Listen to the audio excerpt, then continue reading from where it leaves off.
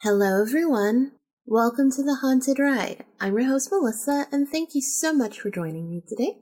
I hope that you've had an amazing month thus far, and as always, I hope you have your snacks and your tea. Today's episode is an interview I had with Sarah. Sarah is an amazing person. She does a lot of different types of healing work, light work. She does new moon and full moon ceremonies, different type of workshops. She does so much amazing work. She sat down with me for, I want to say it was about 2 hours or so, and we just talked about everything. She shared a lot of personal stuff that happened with her, including her near-death experience. She goes into a lot of detail about that, about how that changed her life, and the title for this episode is The World is a Playground, and the reason why I decided to name it that is because that's what she was told when she came back. And that is something that she has been really trying to share with everyone else and help them along their journey and help them grow. So I hope you enjoy this episode. There will be some really awesome news at the end, so I hope that you stick around for that as well. And I will talk to you guys in a little bit. This podcast is part of the Big Heads Media Podcast Network. Go to bigheadsmedia.com for more great podcasts.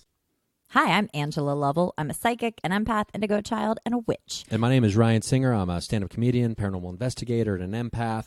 And our podcast is called This Is Where the Magic Happens. Yeah, we walk you through the paranormal, witchcraft, how to get in touch with your spirit guides, how to astral project, and be the most magical you can be. And there's a lot of cat talk. A lot of cats. But most of all, we want you to know this shit is real. Hello, everybody. I'm super excited today because I have an amazing guest. We have Sarah here. Hi, Sarah. Hello. How are you? I'm so good. How are you?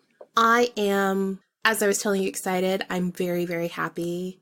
I'm literally like, you know when people... So I don't have, like, starstruck moments. Like, to me, like, people are just people. But, like... You have to understand, like, I've been hoping for this moment for, like, a solid year. A solid year. I know I just reached out to you not too long ago, but it was because I was like, there's no way she's going to say yes. And I've been, like, quietly hoping for this moment for, like, a year. So I'm very excited right now. Oh, very sweet. Well, I don't do this often. Yes. Mostly because it's very personal work we do. Mm-hmm. And we want to make sure we're with like-minded folks. Yes. So thank you for having me. Thank you for coming on, and thank you for making the time. I know that you are super busy, and I just actually looked on your website and looked at your like schedule and all your classes and workshops. I was like, whew. Yeah. In fact, they're not all up right now, which thank you for saying that. That reminds me. I do what I can.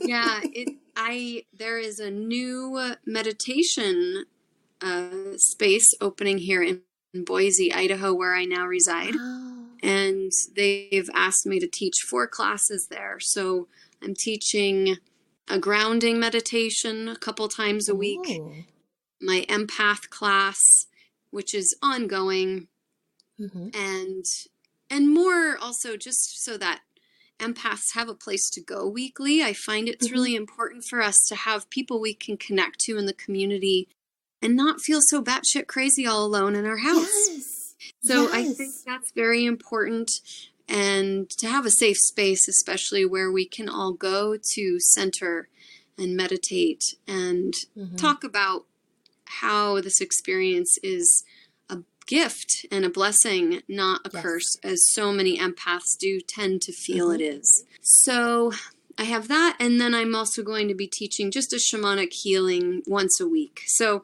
we'll start there. Wow. I didn't quite anticipate such a big place for me here in Boise. I'm so grateful. They're really been very welcoming and warm to me and my work. And, I didn't come out of the closet with this until about 6 years ago. So it's a very, just really nice surprise. I would say that. That's amazing. And it's so nice to hear too, because like I've been, I don't know, hopefully you're much better with this than I am, or I don't know if it's your thing, but on Instagram, I follow quite a bit of tags on there, just because I like to see, I'm not a really big social media person. Nor am I. So I don't think I'll be better at this, my dear. well, this one's a little bit more, I feel like it's more something that I should have realized a while back, but that's what this whole thing is about. It's a journey, and you have to learn to trust yourself and to understand what's happening around you and understand the signs. And it's a lot of like, you can't question anymore. You just can't. And thankfully, I think we're in a more of a time where it's acceptable, which is We're so lucky great. for that. Very lucky. So you're on Instagram, and yes. So there are now, like, I'm not very big into astrology. I enjoy it. I do find some truth to it, but I can't. I sometimes don't feel like it's done with the best intention, maybe. But I found people who they will do like an energy reading. Like, I didn't know what Mercury retrograde was. I didn't know about the harvest moon and the super moon, and I love astronomy.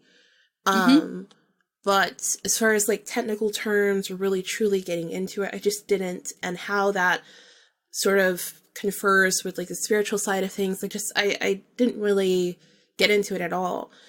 And one of the biggest, most surprising things for me this year is understanding that my tarot cards and the readings that I get from there, or now I've started getting energy readings and understanding those, that actually they do like like I'll go on Instagram and it'll be like, Jupiter is in like this sign today, and you'll expect this, this, and this. And those are not always like, those don't always connect for me. They may be right, but it doesn't connect for me. But then I'll scroll through, and there's this one person that I swear every single time it's like we're on the same wavelength.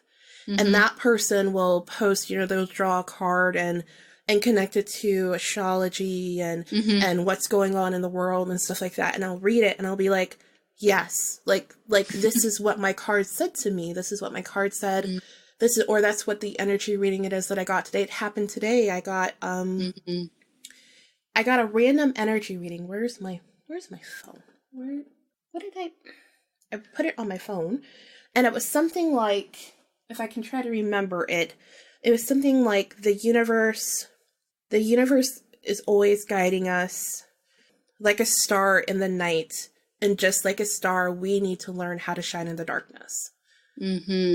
And I was like, okay, cool. And so I felt that, and long and behold, went on Instagram. They pulled it was from a oracle deck. They pulled a card, and it was basically saying that too. And I went through like the rest of my actual reading for the day, and it was talking about like, today's a harsh reality. Today's like your day where you kind of can't hide from that, and you have to understand like that's okay. And it's not like to knock you down on your feet, but sometimes you kind of do have to get knocked down to find your place and get built back up, and then come back even stronger. And it was so amazing to me to see those things correlate. But this person takes it from the planets and how they align, and I take it from tarot, and they do, and incorporate some tarot in there. But then I also take it from my guides and what just comes in my head today. And it's so amazing to me that it connects. And I never knew that was possible. Oh, you knew it was possible. You're just remembering. This is, what? I like that. I like that. That's very true. That's very true. Because we are all connected to this web of life, correct? Therefore, it's all connected. And that's beautiful that you're remembering all of that about your skills, because as you know, your skills are continuing to grow, as is everyone's. This isn't the last stop. Yeah. At least I hope not, or else I'm going to be very bored. 50. I'm in that same boat as you. Right. And we are always being asked to connect to that web of life. And I really, truly believe that if we continue to surrender from a non-judgmental, non-emotional, non-attached space, we can really remember as much as we choose. And part of that is astrology. Part of that is different divination work, as you well know and are coming into yourself and so many others. Divination work can be done with a tree. It can be done with the dirt on the ground. The nature's always communicating with us, so why shouldn't the stars? And I have gone through a lot of my journey questioning astrology and people's birth charts and all these different things. And I've studied different modalities enough now to realize, wow, it really is all connected, and how wonderful that some of us get to really specialize in some areas and others don't. And that's why we have different practitioners for different things, right? Yes. And it's great to remember that when we're looking at these things, because then we don't miss those golden opportunities to learn and build on our own practice, right? Yeah. And it can be really exciting. I started to notice very early on in my sessions that I was saying very similar things that astrologers would say to my clients. And I was unaware of this. Like I referred to earlier, I've studied astrology. I've studied the stars and charts and planets and all of that, but that's not my main go-to when I sit down with a client. And I found I was giving people what their astrologer had given them. And wow. I really am fascinated by that, because I wasn't sitting down and doing their chart. I sometimes ask people when their birthday is, but that's more because I like to get an idea. When I pray for someone, I pray for them in knowing them as much as I can just through an email. Yes.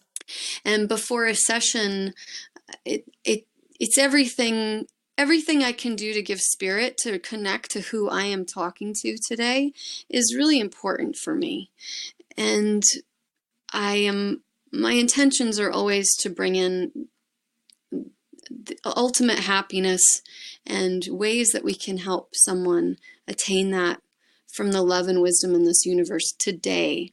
So in that, I do like to say, they're born on this day. This is the name of my friend coming in, and we are asking for healing and help today. So any of the high and well ancestors that want to join us, or any healthy, helpful spirits, God, Creator, Source, Great Spirit. And that's how I go into the session. Now, I didn't always do it that way, including the birth date, because I didn't know that I was directly working with a guide who was very much a master at that. So it's helpful now to pull in that information and know that we are dealing with this part of you. And that's really not my job as a practitioner to know exactly where we're at in your chart. But I do find that it does help. And again, our guides, we're not doing this work by accident. Our guides, are specifically guiding us to do this work.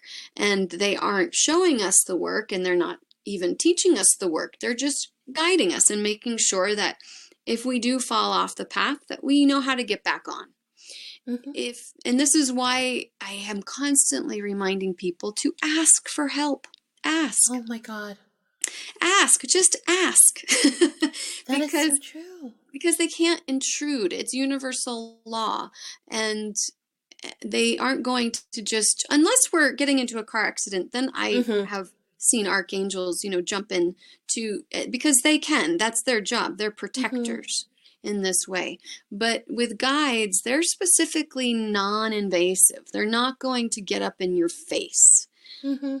So it's important for us to hold a sacred space and be, again, observant, non-judgmental from a non-attached, non-emotional space, so we can observe from this kind and loving place, because just like humans, guides have personalities. They do. And we want to respect that, especially if we're asking for their help. It's a relationship, which I've heard you talk about, which is great. I really appreciate that you are astute to that. So it's beautiful. It's a relationship, right? Yeah.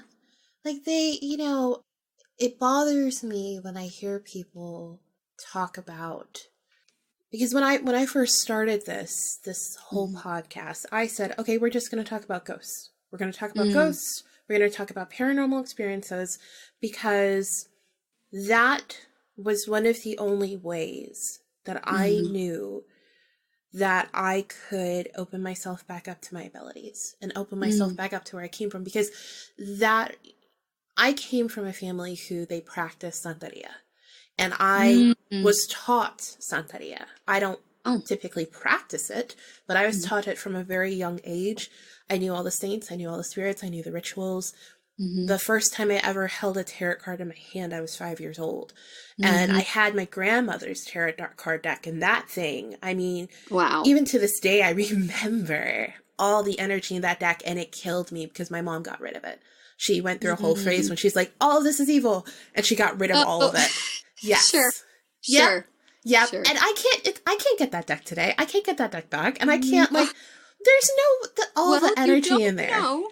Have you asked grandmother, ask grandmother, bring me your deck, grandmother. I would love to honor you, and give it a shot. Say that prayer, put it on your altar, and say, thank you, grandmother. If you are well and healthy, I would love to honor you by working with your deck. And you never know. This is true. No, I've seen spirit do miracles. I mean, I'm still alive because of spirit. So it's pretty unbelievable to see what gets delivered to us when we can really stand in our surrender and faith simultaneously. This is very true. So I encourage you. Maybe I need to. I definitely think I do. Now I'm going to think about it. I mean, and it's very strange because my guides have explained to me, and I actually, I have to tell you this now. So I had a meditation recently, and my meditations, when I first started having them, was because I was very much not at peace. I had a lot of anxiety. Part of it was because I had completely closed myself off to my abilities, because I knew I am, and I'm so happy I can say this, I'm very lucky to have the ability to receive messages that will happen in the future. And I know that my children will have abilities. I know that I'm going to have children, and I know they will have abilities. And I was so scared that they were going to go through all the fear and the scaredness and being so afraid as I was, because nobody explained to me what those abilities were. I was explained what Santeria was. I was explained what those spirits were. I was not explained, the terms of a psychic or a medium or an empath or sensitive, or what that meant, or why was it that I saw these weird apparitions? Why is it that, I would have these horrible nightmares? Nobody explained that to me. And I was so scared that with me being that, and my child or my children being that I was going to also be a conduit to bring that into their life and scare them too. And fear will make you do very bad things, like close yourself off to your abilities and your spirituality. And my spiritual health was in the toilet, and it led to a lot of anxiety for me. Sure. And so I just went back to the beginning, and I was like, all right, well, the first time I ever knew about anything was when I lived in a haunted house. I guess let's talk about that. And let's talk about the ghost, and let's talk about my experiences. And somewhere in that, I started going back to meditating.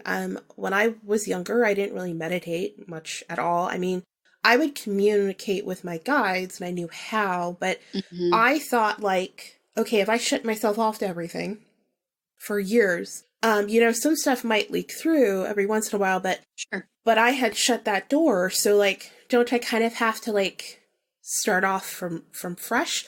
And you know what? That didn't really happen. Nope. Nope. Not the case. No. Mm-hmm. And I found that out very quickly. And I was like, whoa, oh wait, we're still where we were. Okay. Yeah. And I just had to relearn everything. And I started meditating because I was very stressed out and I needed calm. I needed that calmness. I needed peace. Mm-hmm. I needed to The self-acceptance. Yes, because Mm-hmm. my self-worth was also in the toilet. There was that. There were a lot of things that involved selfness Sure. that was right in there. Like it was not good. Now I can't meditate for peace or calmness or serenity and just be like, I'm just going to have a nice calm moment. I have a nice calm moment and then I see things and I Right. learn things and I communicate with my guides. And recently I don't even understand this one. I understand it, but it blows my mind. I now communicate with, the only word I know to call her is kind of like my higher consciousness or my highest Mm-hmm. self, Mm-hmm. but she's like older than that. Great. And she's me, but a very high vibration version of me. Right. And so typically I see myself as a little child. I see my adult self as a little child with her. And I've done many strange things in those moments. She likes, anytime I see her, I always go into the cosmos. I always go right, like I'll go through all the other environments that I had seen in prior meditations. And it's almost like if I was being recalled back past life by past life by past life by past life to her in the meditation. Mm-hmm. And Mm-hmm. it happens very quickly. And it's also kind of nice, to see everything else that's occurred. And then we just walk around and she talks to me. And we just have Good. like conversations. Mm-hmm. And she's giant. Like she's huge. And whenever she's with me, I feel giant. I feel like I am so much bigger and more than I think I really am. And I'm beginning to understand, no, you are that. Your spirit and your soul and your essence is that. Correct. And I think at one point this was fun. She said to me something about that I was free. She kept telling me that I was free and that like I was safe to be free. Mm-hmm. And then in my apparently celebration of this, I basically brought myself to a realm that you would think of as the underworld. And I was dancing. Mm-hmm. It was like I was dancing in the realm of death. It was very strange. I don't understand what that was about, but I did that for a little bit. Barefoot, I might add, on top of somebody's body. So there was that. I don't know what that was, but okay. It wasn't bad though. No. And it felt liberating, actually. It felt like, I think we're so scared of death, and I have a good relationship with death, I think, but I think that was like, if you're scared at all, or if you, like, you are still free no matter where you are. You can be at the highest place in your life or at what you would think of as the lowest place of your life, and you can still be free and safe and celebratory, and it's how you see those things. It's a part of you.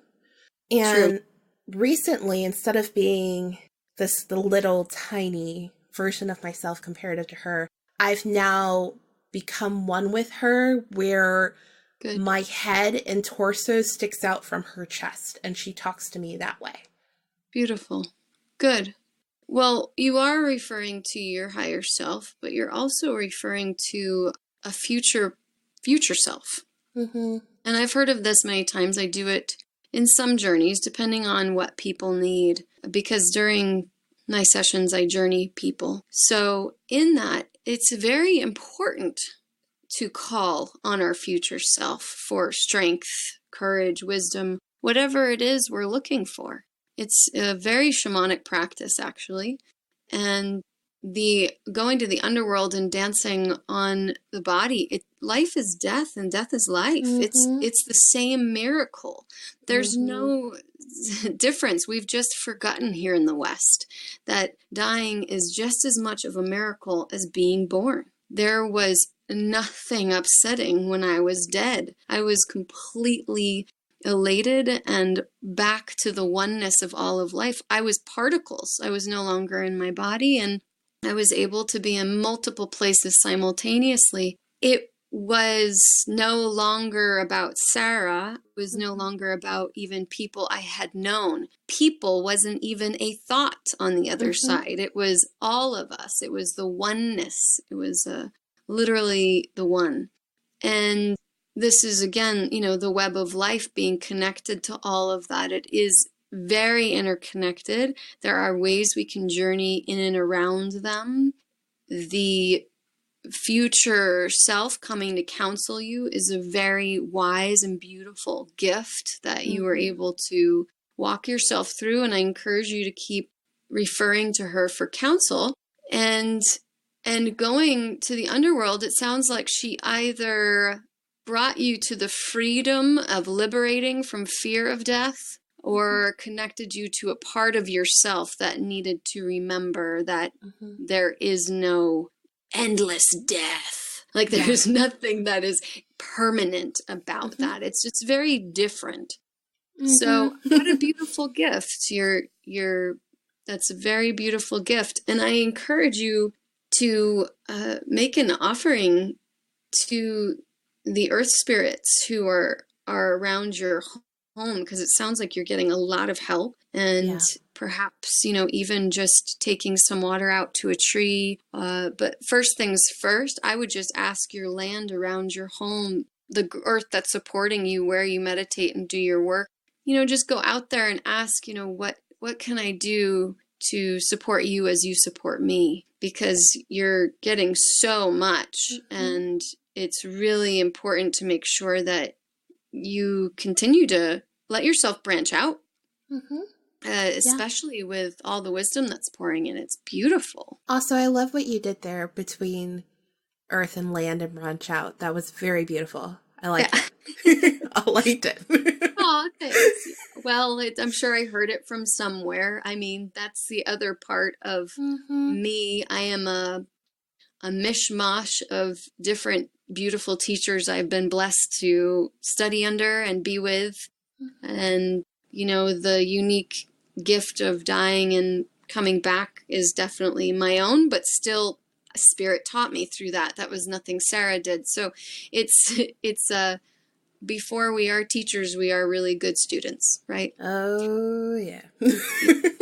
Yeah. So we just have to remember, I love my work, but there's very little that I find I've created, or come up with or remembered. It's like, oh, this is we're all just waking up to this wisdom that is innate wisdom. We all have this connection. And I'm just a guide here to help people remember how to get in touch with that, because it's very easy to lose our way in this realm. Oh, yes. This is, it's an interesting playground, but it is a playground, and it is supposed to be fun despite what everybody sometimes likes to think or feel. And it was the last thing they said to me before I returned was, you need to go back and remind everyone it's a playground. They're all taking it way too seriously. Yeah. Yeah, which is so funny to hear from a spirit guide. It's so funny. Yeah. But that's also why your future self was saying, you're free. You're free because you are. We all are. It's a choice, though, to be free. Just like it's a choice to look out the window and see a rainy day and it's sad, or see a rainy day that's blessing our earth with water. That doesn't change that it's a rainy day. It's just my thoughts that made it dramatically different. Perspective. Correct. And that's where, in shamanism, we believe that thoughts are things, because they do become things when we think about something so much. And this is really an epidemic in the West. I talk about it a lot in my sessions. And if anyone's taken a session with me, it's typically where I start, especially if their guides give me certain symbols in the divination work. I'll know that I have got to talk to them about thought. And this is because our thoughts create our emotional well-being or disaster. Yeah. And it's important to remember that we're the ones who get to choose what we think about, not the other way around. And this is just not taught in our young years. When we are growing and coming into our own, thoughts just fly through our head. I mean, I wish I had the exact numbers for this test that was done. It's something like we have 95,000 thoughts a day. Anybody out there who wants to give me exact numbers, I'd love it. 95 thoughts a day, and 75% of them are negative thoughts we repeat over and over again. And about 2% of them are true. It's something crazy. So it's important to zero in on, what are you thinking about? Because if you're, for example, in that meditation, you had a beautiful opportunity to free yourself from the limiting beliefs that the fear of death can bring a human being. And you could have chosen to see that as a very morbid or terrifying experience, or you could have chosen to see it as you did, which was, it was extremely liberating and beautiful. It was a rebirth. So joyful.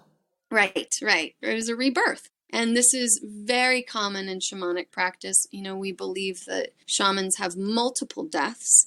And if you think about it, we do. We have multiple deaths. The ego psyche, it dies. We dream about shooting people. And I always go, yes, that's great, because that means you killed off a part of yourself that no longer needs to be running the show. I'm laughing because all I can think about is the person's eyes when they're like, why are you happy about this? One of the most enjoyable parts of my job is I get to do that a lot to people. Get to see their eyes go, what? That's a good thing? And I'm like, yes. Because, we really are, we are blessed to be in a realm where we get to create ourselves over and over again. As long as we're doing it from a place of kindness and integrity and good intention, then all the more power to you. If you're doing it from a place of fear and doubt, well, then it's not going to work out. Yeah.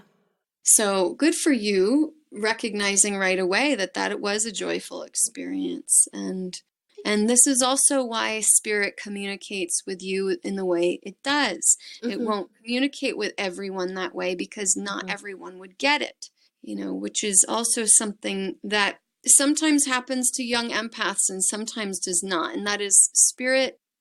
Spirit was always showing itself to me from the time I was born. So I didn't think anything of it. It wasn't until I was about 9 years old that I was shamed, of course, in the playground of my Christian school for counseling, for reading a student. And I thought it was something everyone did, that everybody talked to God. And I mean, we're praying to God. Why wouldn't he talk to us? And just wasn't a thing in my mind that it was good or bad or ugly. Now, with folks that are waking up to their empathic self today, they come to me and they go, why can't I see this or what? And I go, well, how do you feel about ghosts? And they go, oh, I'm terrified of them. There you go. There you go. Well, there's your answer, darling. If you're terrified of seeing spirit, you're not going to see spirit because spirit doesn't want to scare us. That's not what it's about. It's not what it's about at all. Now, there's different kinds of spirits as well, as we all are aware of, and those can be scary. However, I still don't find that they are always seen by folks that aren't quite ready for it. And if they're not cognitively ready, well, they're asking to wake up spiritually. That's what I found. So I don't know how I got on that tangent. I don't usually lose my track of thought that quickly, but we just keep digging into more and more. I guess when we're talking shop, it's easy to get digging into different areas. Yes. And okay, so I have to, people have to know this. So I found you because of Angela and Ryan from This Is Where the Magic Happens. I listened to the first episode on Ryan's podcast, Me and Paranormal You, and I was hooked. I was like, oh my God, this is amazing. And I loved everything that you were saying. I loved it. it resonated so well with me, and it's so easy to feel your energy when you're speaking. It's so easy. Thank you. Well, it's almost like if you are encapsulated in a light bulb and the light bulb turns on, but instead of like, the thought of, well, that would hurt because of all the energy, it's like, no, it's warm and it's comforting and it's just good. It's just good. And you could feel that in the episode. I was like, oh my God, I need more. And so then they talked about, and you shared your story and you shared everything. And I was like, oh my God, this woman's amazing. Like, I was just like, oh my goodness. And so if you wouldn't mind, I know you talked a little bit about, when you did die and how that happened. Would you mind sharing a little bit about that? So, because one of the things I love about the show is the fact that so many normal things happen in your day. And what I want to help people understand is that there's something amazing in that, both normally and both spiritually. And you just have to be able to sort of follow those breadcrumbs and find the clues, and you'll hear the message in it. And it can be from a ghost to something spiritually that happens to, a random sign that just keeps occurring, and it finally wakes you up and you go, oh my goodness, now I understand this, from you connecting to something. Like, everything in our lives can take us through this path, but you have been on it. Let's see, just regarding my NDE, my near-death experience. Yes. Okay. Or from the beginning, wherever you would like to start works for me.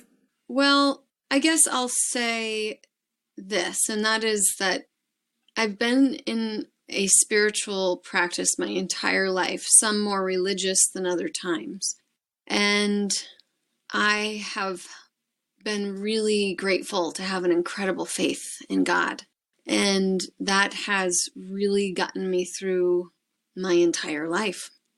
Mm-hmm.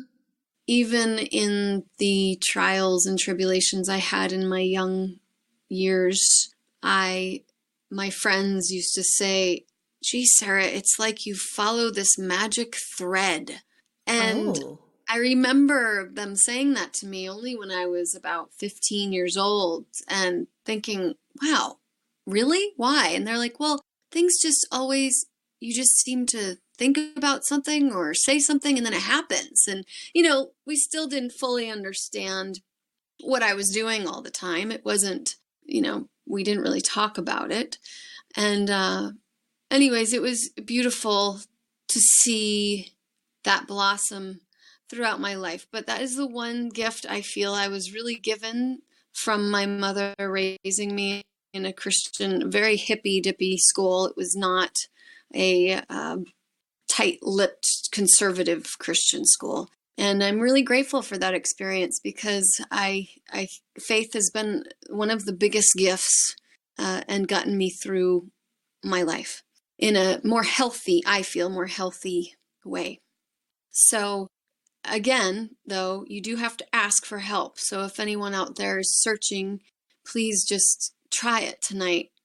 Just say, Great Spirit, help me. Source. You don't have to use the word God even. You can say, beautiful, divine, and loving energy of this universe, help me. I'm looking for kindness in this area of my life. Thank you. And anytime we pray with gratitude, that is showing faith, because we're showing that we can feel like it's already happened, and that shows faith. And Spirit responds to that. So I had a cancer scare in my early 20s, and that's what brought me back after being shamed at 9 years old for working with Spirit. And it wasn't something my parents did. It was done in society at school. And I got very heavily into drugs and got into a lot of trouble. It was part of my journey. I had to go down those routes, which is very common for many empaths to have drug abuse or alcohol abuse of some kind.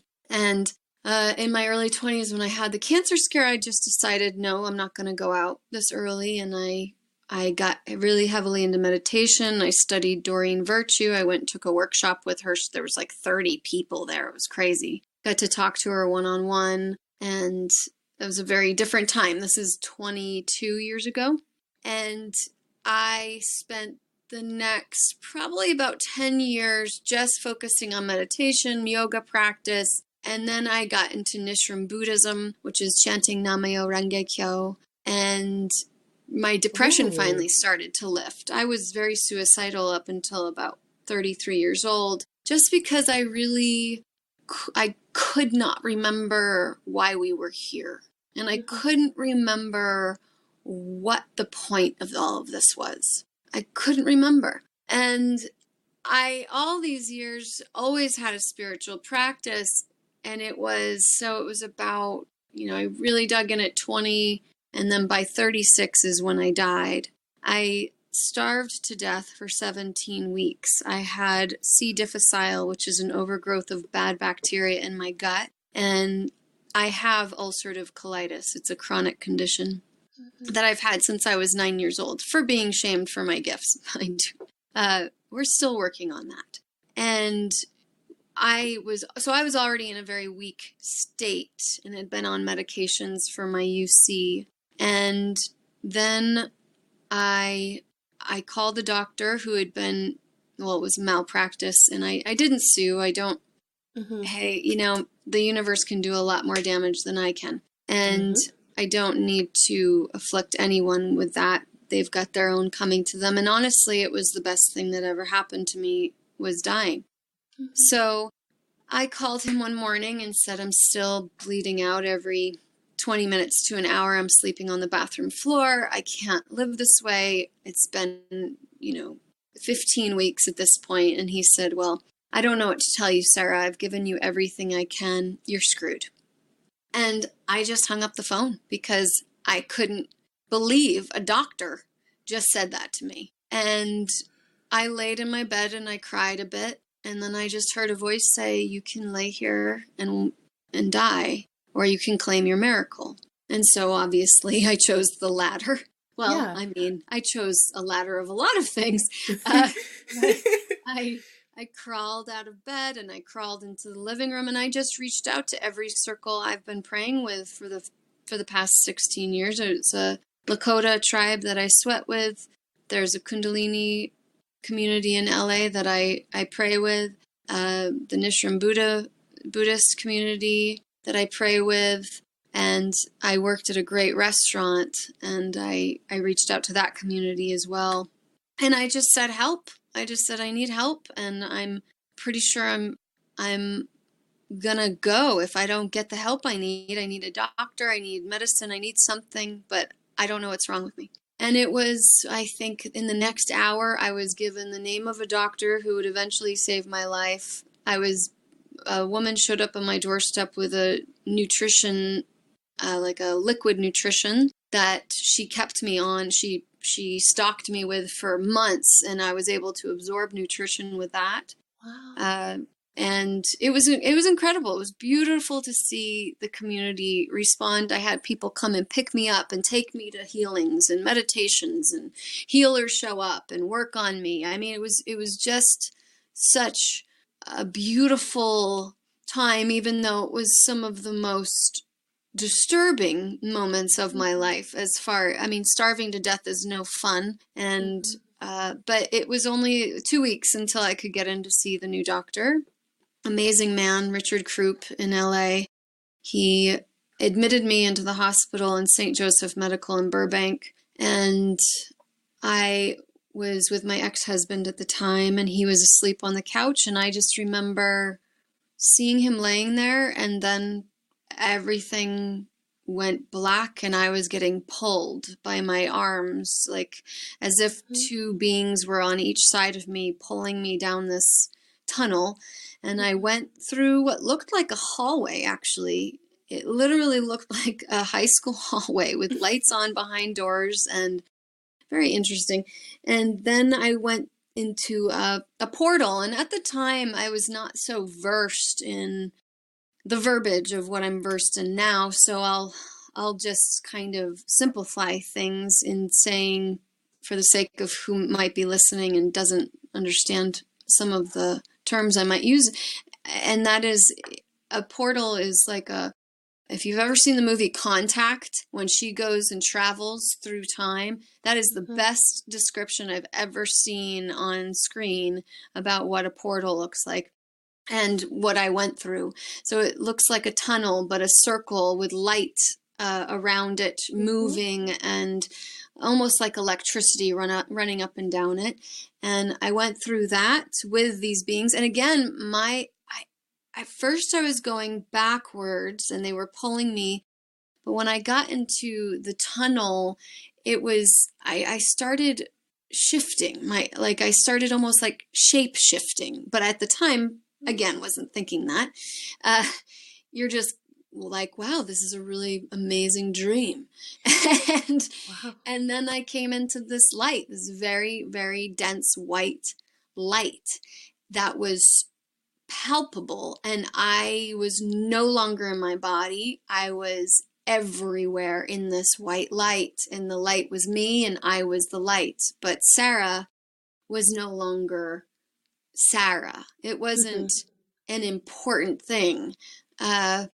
And I will describe the following to the best of my ability, but there's truly no words no language that speaks the other side to the magnitude, the bliss, the beauty that it truly, truly is. I was reading a book recently, and it said, if anyone tries to tell you what it's like to be dead, they're lying. And it's true, because you can't describe it. You can't. I laughed so hard when I read that. I was like, yeah, that's a good way to put it. It truly is. Yeah. So I just started laughing when I got there. And again, it was more like a vibration, because I wasn't in my body, and I just went, oh, that's it. I thought I had so much more to do. And that was like the first thing that I was like, wait, we're back already? I thought, wait. And like all of a sudden I remembered, like, that's where we started. Like, that's where we came from, and that's home. Like, this realm here is not home. This is like school. This is like college. Yes. And there was this, it was the infinite. And so I just felt, I started to get a lot of knowings, just a lot of knowings. It wasn't so much conversation, and it wasn't even as if I was looking at angels or guides or ancestors even. I was just this light. And suddenly I was in the parking lot of the hospital room, looking through a friend's eyes in his house and in the doctor's office or the hallway of the hospital, like all at the same time. Wow. All at the same time, and still on the other side. Like all at the same time, I'm in all these places. And there I immediately went, right, this is how spirit visits us. It can be in multiple places simultaneously. This is why an ancestor can be with all of us in the family. And fascinating to experience. So then I was shown my life, and my life was stacked up in a tiny little IKEA box. And it was as if I looked through the top of it and instantly knew my entire life and why things had happened the way they had, and what were in those drawers, each individual. And there's only, I think, 3 or 4. It wasn't many. You know, my life was so teeny tiny. And I opened up each drawer. If I didn't do it, but I knew that if I chose to, I would find the quote unquote traumas that I thought were traumas here. But on the other side, they looked like joyful opportunities to stay my course.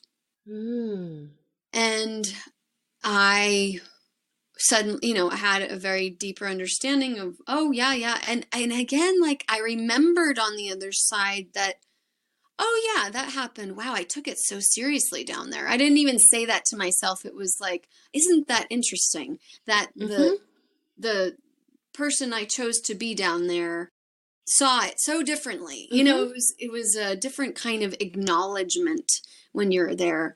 And then they proceeded to show me this, tapestry around the earth, and how if you pull down a thread, there's you, and you pull down this other thread and there's me.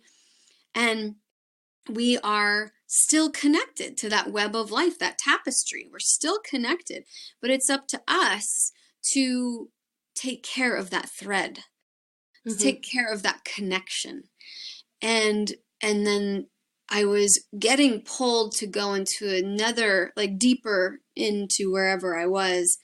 And I could feel my ancestors close. It was as if I was going to go mingle again with my soul tree or family tree, something. I knew I was going to be permanently on the other side if I went into this next area. And I made the acknowledgement. And again, I say acknowledgement because I wasn't thinking, oh, that guy. It was that soul. And I was thinking about my husband at the time, and he had just lost his father, and it was very painful for him. It was his best friend, and he was so angry with God.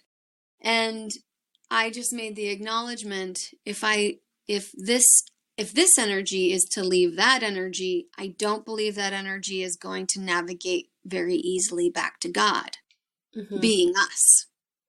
And all of a sudden, just this tremendous wave of peace, like the most dense and yummy peace. I wish I could throw it all over all of you because it felt so amazing, like the most comfortable flower bed, warm pillows and covers and blankets came back over me, and just peace, just this grounding peace.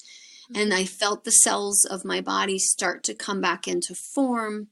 And that's when they said, everyone's taking it way too seriously down there. You need to go back and remind them it's a playground.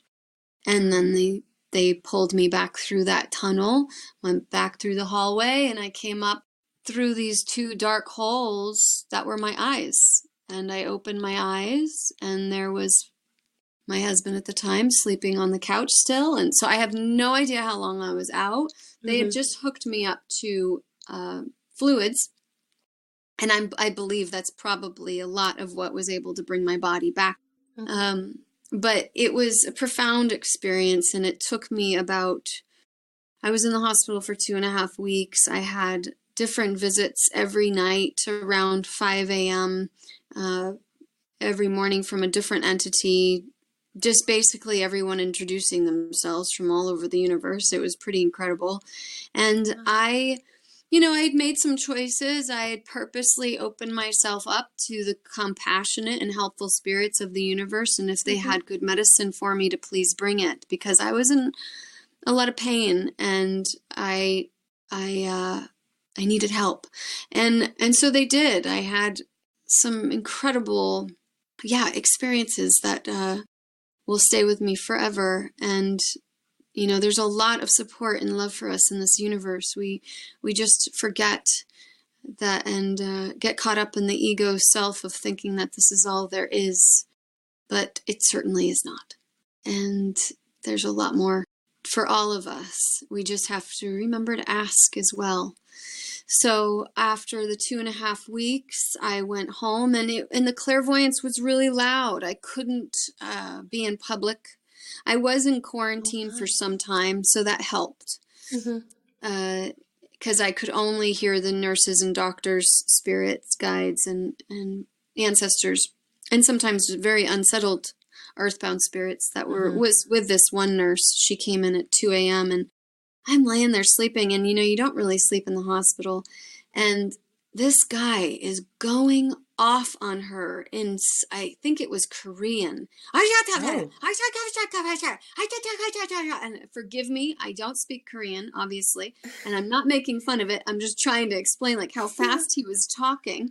And I finally, it sounded like he was standing at the foot of my bed. I finally sat up and went, "Hey, I'm trying to sleep." Well, I didn't sit up. I couldn't sit up by myself.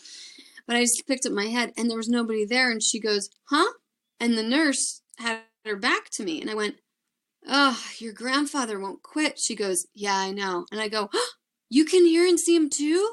And she goes, "Well, no, but I can feel him." And I was like, "Yeah, well, he's not shutting up." And she was like, doesn't surprise me. And then, you know, and I couldn't understand a word he was saying because he speaks Korean. So I had no idea what he was saying.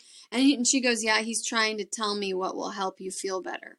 And I was like, wow, okay. So, and then I looked at her and I'm starting to take her in because, you know, we're in this realm. I'm not, and it can be very blurry. You know, those lines can really blur for us. And we can like, I go in and out of trance all the time when I'm working. So I have to really take my time sometimes to look at somebody in front of me and be like, oh, right, you're in a body. Okay. You know, and so am I. And I got to call myself back. I got to call my body back. You know, we got to get here. So I looked at her and she's this beautiful girl. She had tattoos all over her. And I just immediately knew all these things about her, which is my work. This is what I do. And I just looked at her and I said, you're not even supposed to be doing this. Why are you doing this? Is it because everyone in your family's a doctor? And she looked at me like she had seen a ghost and was just like, yeah, everybody. And I was like, everybody, like everybody. And she's like, yes, everybody. And I was like, okay, so if you could be doing anything you'd want to do, what would you be doing? She goes, I'd be going to art school. And I go, and as you will, and as you very well are entitled to, my dear, you get out of here and go to art school. And she just was like, wow, okay, this lady's got too much morphine in her. And so she's leaving the room and she goes, is there anything else I can get you before I leave? And I said, yeah, you can go out to your station and start sketching. I said, that's what you can do for me. And she went, thanks. And then I never saw her again. And I mean, I saw everybody twice because I was there 2.5 weeks, and nurses have funny cycles, but it was fascinating. It was a lot of experiences like that in the hospital. And you know, and that was how spirit was slowly inching me towards my full-time work now, you know, saying like, this is what you're going to be doing. This is what you're going to be doing. But it was exhausting. And when I finally did get home, I was very grateful to be home because I had to learn how to walk again. And that took about 8 months. And bless my ex-husband's heart. He, you know, had to carry me up and down stairs and drive me to all kinds of doctor's appointments. And it was very, very hard on him. And if you're someone's advocate, you know how hard it is to be an advocate for someone who is so far gone. So it was a challenging time, but the clairvoyance was just so sharp and clear. But, you know, this is a very old practice, is fasting, you know, and we still do it to this day in some cultures, is fasting. And I didn't intentionally fast for 17 weeks, but it definitely, you know, cleaned me out and was able to keep all of my channels wide open for receiving. So I do find that fasting is still very beneficial for me. However, I am very careful about the length of time I do it, as should everyone. And you should consult a doctor if you have any sort of health conditions before doing so. But even I find just doing, you know, stop eating after 8 p.m. and only start an hour after you wake up, you know, eating again. I find just simple, clean practices like this really help keep my channels open. And there are times where you can't, but I do explain some of the clairvoyance being so loud because of the length of time I starved. And again, I do not suggest anyone practice that at home. Please don't. No. Yeah, please don't. So after that, I started studying. I went to a healer and just said, I can't turn this on and off. I can't turn it off. Like I couldn't go anywhere without hearing somebody's relative come up and tell me all these things about this person. And it became intrusive. To just living a normal life, and they don't care. No, a lot of times ancestors don't, especially earthbound spirits. They're not great at boundaries. So it was great. I learned how to shut that down, and work with it and start to really work with it. But about a year after my NDE, I still wasn't making some of the dramatic changes that Spirit had asked me to make, as far as changing my job, stepping into my work full time, and owning who and what I'm supposed to do here. And that also meant leaving my husband at the time. Mm-hmm. And it was all so dramatic, and Mm-hmm. I just thought, okay, now I have more time. Well, then I didn't. I was thankfully my good doctor put me in the hospital for a routine colonoscopy, and my heart gave out, went down to 22 beats per minute. And next thing I know, I'm being run through the hallways of the hospital with a heart monitor and defibrillators on me. And they're running around. It's all so dramatic. And I looked at my ex-husband now, and I said, do me a favor and just go enjoy your life, would ya? Because I was like, cool, they're going to take me now. Let's go. Let's do this. Like, I'm game. I love it on the other side. Let's go.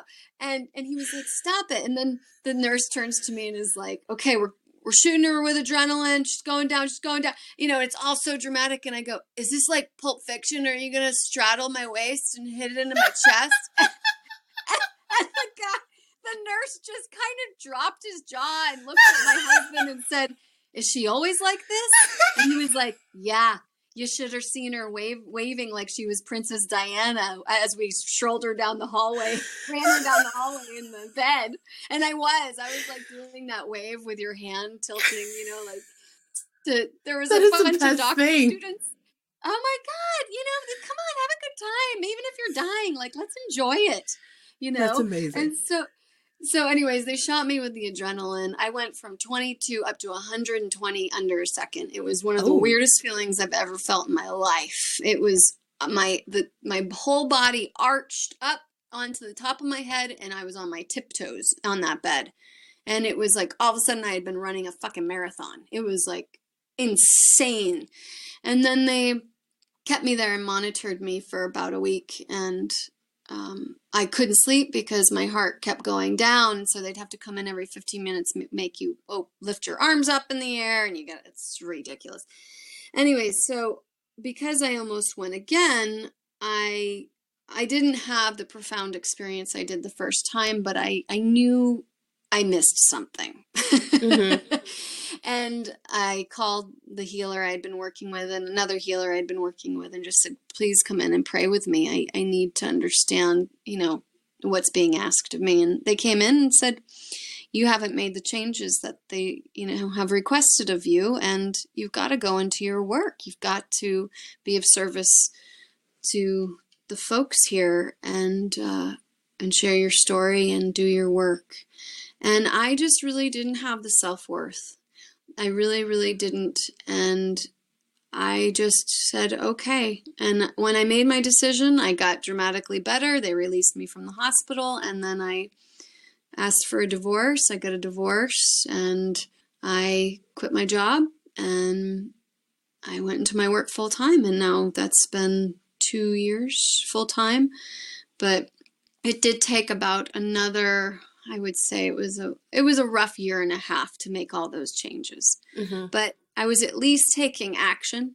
And yes. When we take action, the universe really steps in to help you, and you get to see mercy and compassion in all kinds of ways. But I first had to show myself mercy and compassion, and I still do. I'm still very hard on myself, and I still have a real rebellious streak, and I have to really be kind and work in harmony with these parts. But that's the difference now. Now I've learned how to have harmony with these parts of myself instead of disharmony and therefore resistance.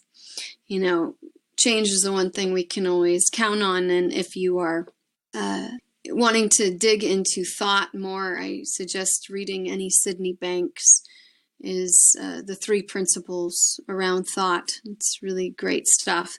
And he's transitioned now, but his work is very much alive out there in the world. Mm-hmm. And he has change is the one thing we can count on in this world. Therefore, if we try to stop it, we only create pain for ourselves. And it's so true. You try to stand in a river and stop the river from flowing, you're just going to hurt yourself. Yep. But if you can learn to go with the flow, it's going to be a lot easier. And that's what I really had to learn how to do. And I still learn how to do it every day. It's just part of our human nature to want to control and fight and, be in this important struggle. Yeah. Yeah. And it's, yeah. And it's like, you can try. It's just not gonna, nope. Well, you can try and you can get there. I feel I've really gotten to get to a much more harmonious place with myself and my life. I'm so much happier. I see the joy in my life every day and in my clients' lives. It's just beautiful to see the changes I get to witness. And a lot of this in shamanic work, or even in some psychology, we call it shadow work. Yeah. Digging into the shadows. So I do trance work to get people there. And then we dig down in. The great thing about calling your guides forward when I work with you is that they let me know where I've got to tackle first. And that's one of the entry points that they've allowed me to see here is, okay, how do we get to their highest good in a reasonable amount of time so that we can see some change in this person's life and they can start to embrace themselves and this world in a new way. And it's beautiful. It's beautiful work. I'm honored to be here and be of service in this way. Not at all a place I anticipated myself being. I thought I might be a psychologist. I did go to college for psychology. So a lot of my work is based in psychology, but I also am constantly in school for shamanic practices. So I study with the Foundation of Shamanic Studies, Michael Harner's school, and Sandra Ingerman and Itzhak Berry. I've studied with all of those teachers in the past years, but this is very shamanic. And then with Reiki, it's Dr. Usui from Japan, and who's no longer with us, but has classes and master Reiki teachers all over the world that teach. So now I'm a master Reiki practitioner, but and then I combine other light work modalities that I've learned through working with different healers and just being, we learn from our helpful spirits. They do teach us how to help people, and especially when we've decided to be of service in this way. Helpful spirits are called helpful spirits because they want to help. So, so it makes sense. So I'm grateful to do that journey work, and I teach others how to do it. And and I do have some clients that I just counsel weekly too. It depends on what kind of spiritual path people are on. Some people are new to it and just want to check in and say, hey, am I getting this right? And others are very advanced like yourself who are just like, wow, it's nice to hear somebody else who doesn't make me sound batshit crazy. Okay, so there's so much I like have to say that I've been quietly saving, but I have to touch on that part the most because I talked to my husband. And I told him, that I was like, I have an interview tonight, so on and so forth. We were talking about dinner, making sure we ate before so. And then he said, which he normally doesn't do. Like, my husband has abilities. He doesn't believe in them. But ever since I've been doing my work, it's like it's reflecting on him, which I think is adorable. And I actually did something that I feel like you would know, and I've never done this before. It's like I put the essence, like, I don't know how to, okay, so I always call him my little lion. He's a Leo. And it's just because he has a very lion-like personality. Very much so. And so, but he had not been in a good place for a while. He had just not been, and I told him one day, I said, look, as your wife, if you need me to drag you, I will drag you. But you have to understand that at some point, you have to get up and walk. I can't drag you to the finish line. You do have to get up and walk. If I drag you there, you will not learn a single thing the whole time. And one day, I was meditating, and this actually goes into one of the things that I wanted to tell you is when you were talking about death and dying and the many. I thought it would be a smart idea to attempt to do an Akashic record reading because I'd done one when I was younger. I had no idea what it was. And I was like, yeah, I can do that. That's perfectly fine. I did it. And which is a very interesting number, for 11 minutes and 7 seconds exactly, I died 7 times. I watched myself die every single time. It wasn't like anything pleasant. I watched myself die and I felt the feeling at every single time. And when I came back to this place, I had a completely different outlook on life. All of the things, all of the pain, all of the things that happened, all my stressors, I was like, I saw how bad I felt in those moments. And that may not have necessarily been true, but that's what I felt before I passed. And I felt my strife, and I felt my pain, and I felt my hunger, and I felt everything. And I felt like this life I'd gone through so much, and I don't like to, stick on that mentality, but I do recognize that I have gone through a lot of terrible things. And it really, when you watch yourself die that many times, or when you die, you come back with a whole new perspective. It's like everything is bursting with color at the seams, and you realize how different your life can be if you just change your perspective and realize how much this is a gift. And I was sad, and because I felt like somebody literally just beat me with a baseball bat for a second.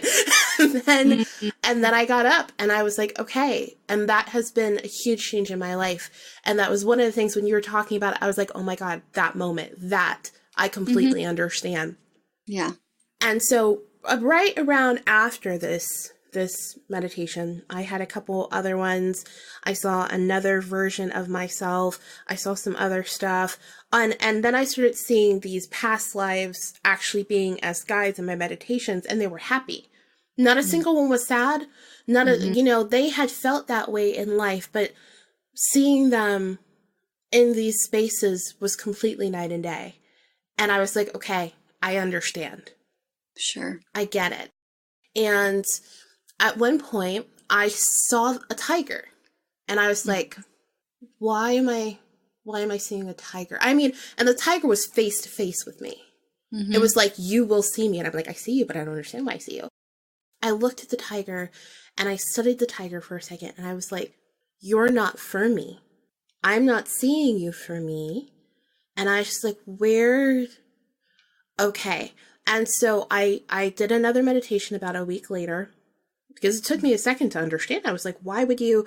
And then it just hit me, and I was like, it's not my tiger, it's my husband's. It's him. And I had to take the tiger, and this thing was like filled with fire. It was filled and ready to punch. And it wasn't necessarily like at me, but at the fact that it had been separated. And it was like, I suddenly understood this tiger represented for him his drive. And that is what he had lost. And when I had gone through all of this, and I've been doing all these meditations, and I've been learning and trying to raise my vibration and trying to understand and just trying to be more and trying to be what I'm supposed to be, it's somehow came to me and was basically saying, I need you to put me back. And in my spiritual form, I took the tiger and I peacefully laid it down in him. And I said, this is what you wanted. And ever since that, his drive, he's a very driven person. He taught me how to be driven. He taught me how to be motivated and how to have that self-worth, and to watch this person that I love lose that over some of the things that had happened in his life, and he clearly wanted to get it back, but couldn't. When it suddenly appeared after this whole thing, I was like, oh my goodness. And I said to him one day, I told him, and he, for the first time ever, he didn't, not to say that he thinks I'm crazy, but he doesn't understand. He believes me because he trusts me, but he doesn't know what to do with the information I give him. He just doesn't. And ever since that moment, he will ask me questions that he never used to ask me before. His drive and his motivation is back. And it was so surprising to me. And it's so amazing how that can happen, and how it's just, we're here, we're conduits, we're here to do work. And I used to struggle with that a little bit, because I said, okay, well, I'm okay with being a conduit, and I'm okay with doing work. But I used to run into this thing, and I actually just tried scripting for the first time, which I did not know that was a thing. I heard someone say it on a podcast, and I was like, what is this? And they said, oh, it's sort of like affirmation, but your automatic writing. And I was like, oh, well, I automatic write all the time. I typically just say, okay, whoever is trying to talk to me, this is a very easy way for me to write down and have this conversation with you and have it. And so that way I can deliver it to whoever I need to. And after I let go of that link, and I can kind of come back and kind of come out of that trance that you're saying and you were talking about. And I did it, and it was first amazing because I know my handwriting, and I've tried to write with my eyes closed before, and normally it's a bunch of scribbles real close to one another. And this time everything was proportionally spaced.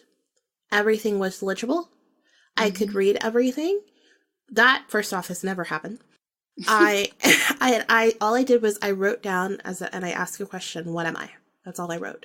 Because I just wanted to see what would I get? What would my soul respond to me as? And it told me a lot of things that I was not expected. It even had me draw a tree and a plant, which I would not say that I'm particularly, I love art and I'm very creative, but I wouldn't say that I'm necessarily great at drawing.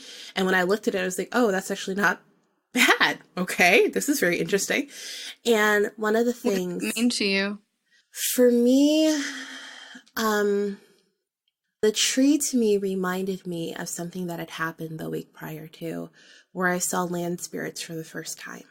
Oh, excellent. And I'd never seen them. I knew immediately when I saw them what they were, but I was very surprised because it was while I was driving.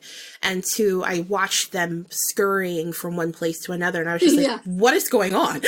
It was like, one was like a deer with like 16 legs. Never seen that before in my life. Another thing, like this tall thing that was I'd never seen these things before, but I knew they were from the land.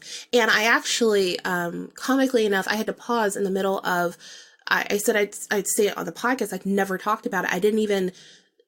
I never thought I would see these things. And I had to pause because I got a phone call from my parents, and I looked up something. It was supposed to be for my area, but it actually brought up another area. I clicked on it, and come to find out that area, 6 months prior to, they had cleared that area and that land to add an extra intersection for the highway. So they made what they called the diamond pattern, and apparently looks like a little diamond. Well, I realized, okay, this is probably why I saw land spirits waking up, and I kept saying they were waking up. Like, I didn't know what that meant to me, and I kept saying they're waking up, they're waking up, they're waking up. And so when I put that tree and I put the plant, it reminded me of my roots and my connection to, I love the earth. I love the earth greatly. And I love gardening, and and it makes me feel like did you feel perhaps to, forgive me for... No. Do you feel perhaps you were being called to help transition those animal spirits to a safer place. Yes, but the thing is, and so this has occurred on my land before. Okay. I had what the only thing I can call it is it reminded me of nymphs. There's an episode of Charmed where they have nymphs, and you see them run through the trees and the bush and everything. And as they do, you see the wind move in this way. And it was the middle of daylight, and I didn't see them like I saw these land spirits. I felt them. And there's also this sort of energy that's at my house. I actually very strongly feel like there's some sort of ley line or something that runs on my house. And that part of the reason of why I picked this house and I'm here right now is to protect that purity and protect that area. And also what's very strange for me and what I've always had something I felt guilty about is I love to garden. And I've tried to garden in my yard, and nothing that I can plant everything I want in my house. I can put everything I want in a container garden. The second I try to put it in the ground, in my land, it dies every single time. And I'm like, why? I know I have a connection to the land. I know that I am partially protecting the purity of this land. And I had to realize purity doesn't just mean that, like, I can put what I want. It doesn't have to be me. I'm supposed to protect this as a habitat as it is. That's why the animals are allowed to come in. I have bobcats and rabbits and turtles and a bunny and birds. My house is completely, you hear birds all the time. I hear birds at 2 o'clock in the morning. I didn't even know you could hear birds at 2 o'clock in the morning. I thought they slept. Apparently they don't sleep at my house. Apparently not yours. No. And they're not, it's so strange because they're not scared of me. They will come, I will be somewhere and they will fly down and they'll just look up at me like, hey, human. And I'm like, hello, little bird. You want some seeds? And it's, at that point, it's a little weird. Like, what do you have in your hand there? And I'm like, I got some seeds. And so I kind of, quietly place them on the ground. And then it's not scared of me. The squirrels aren't scared of me. We have ravens that like to dance in front of my yard. And I mean, they'll just sit there for hours dancing for no reason. I don't understand it. They didn't eat anything. They're just having a grand old time. So I think that with my human thought of, oh, well, if you want to honor the earth, you put plants in it, right? You garden, you do all those things. That's honoring, and it's something I enjoy. And so that's part of me. And I don't think that's what my space needs. And I think it's understanding that. And you actually really brought it up earlier when you said to ask, what does it need? And I hadn't asked. I thought I knew. Because, of course, it's the earth. We talk about deforestation. We talk about all these things. Like, even in the area that I live, I'm lucky where they have a land beautification project where you're not allowed to cut down a lot of the trees. They have trails going through everything. They have tons of preserves. It's beautiful. And I always say that this area is actually placed underneath a fairy bubble. I always say that because it's just different when you're here. And it's the second that you leave the boundary of the city, you feel different coming from one end to the other. And I just thought that me doing this thing was honoring. And the intention is there, but that's not what it wants. Correct. And I think this speaks for many different aspects of our work, actually. Discernment is so important. And finding space and being prepared to hear no from spirit if it's something we are not supposed to share. It's a sensitive role. And I encourage you to just go to each direction of your land, to the north, east, south, and west points, and just introduce yourself. Hello, my name is Melissa, and I am living on this land, and I am asking for all the well and healthy ancestors that are here to show me how may I make things in a good way with you. And you might hear different things depending on the direction. And I would encourage you to, throw any dried herbs that you're drawn to share with the earth, and and throw it in each direction and just let the land spirits know, hey, if you want me to plant something, I'd love to, but it means that you have to support it too. Yeah. Yes. Which you've And learned. Yes, I have. And good for you, because I think human nature is still learning that big time, and all around the world. This is why we have so much challenge with the earth right now. It's a challenging time. So it's important that we be sensitive to it. Just as we are sensitive, so is our earth. So the more we can accommodate that, the better. Yeah. Good work. Good work, sister. Good Thank you. Well, is there anything else you'd like to ask? Because I'm about to run out of steam.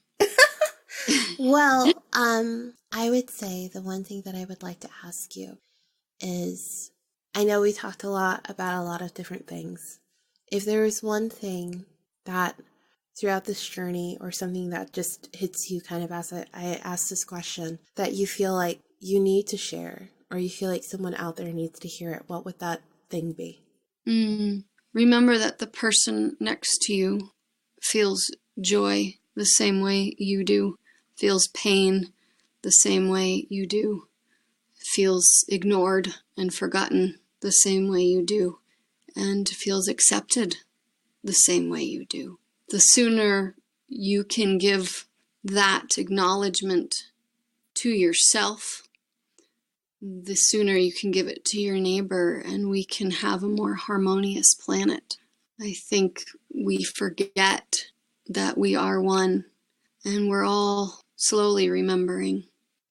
And through compassion's a big word, so I just encourage people to remember that that person feels just as much as you do.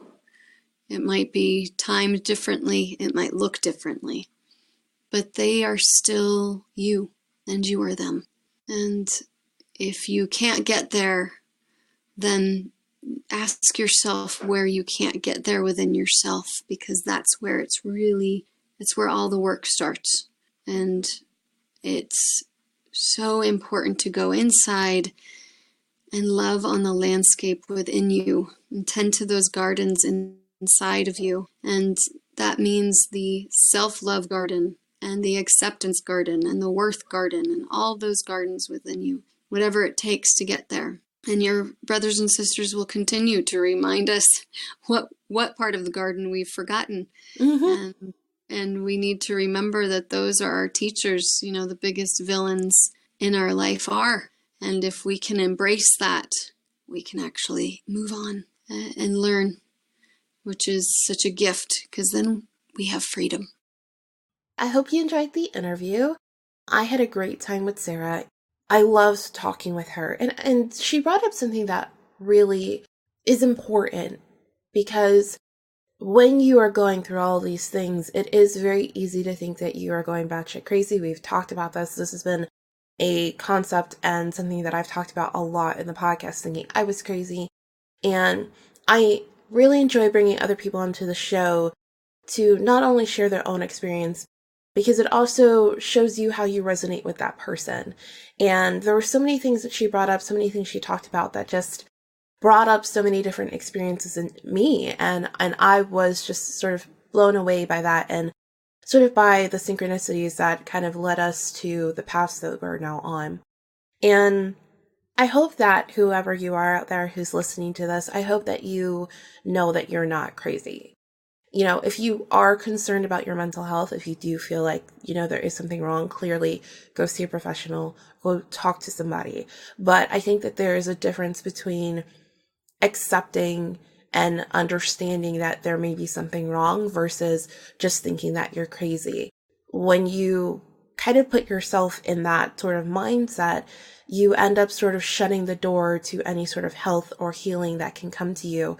And it leaves it like that for quite some time until you start going, oh, wait, this happens to other people, or, oh, okay. It's about resonating. Once you resonate with someone else or somebody else's story, or you're able to connect, you kind of start to realize, oh, wait, I'm not the only one who goes through this. And I promise you that you're not.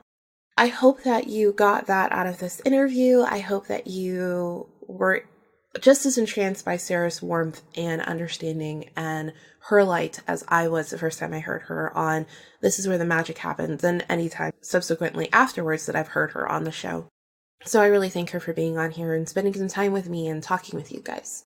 Now, I do have some stuff to talk to you about. It has been a month, so there has been a lot of different things that have been going on in my life.